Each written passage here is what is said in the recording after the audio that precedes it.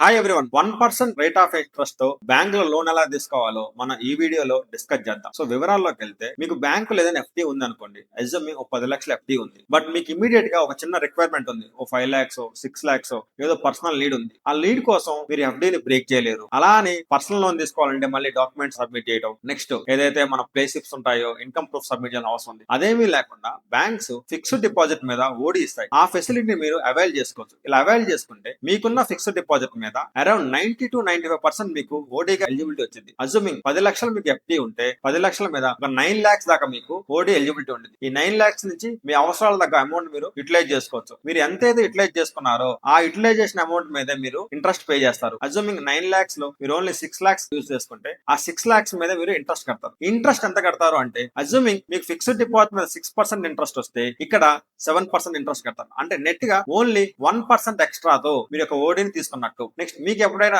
వెంటనే డబ్బులు రాగానే ఆ అమౌంట్ తో ఈ ఓడీని క్లోజ్ చేయొచ్చు. మీ ఫిక్స్డ్ డిపాజిట్ అదే విధంగా కంటిన్యూ అవుతా ఉండొచ్చు. దీని వల్ల మీకు ఫిక్స్డ్ డిపాజిట్ డిస్టర్బ్ అవ్వదు. మీరు కొత్తగా లోన్ తీసుకోవాల్సిన అవసరం లేదు. సో మీకు ఏమైనా రిక్వైర్మెంట్ ఉండి ఎఫ్డీలు ఉంటే ఈ ఎఫ్డీ మీద ఉన్న ఓడీని మీరు అవైల్ చేసుకొని మీ యొక్క నీడ్స్ ని క్లోజ్ చేసుకోవచ్చు. Thank you.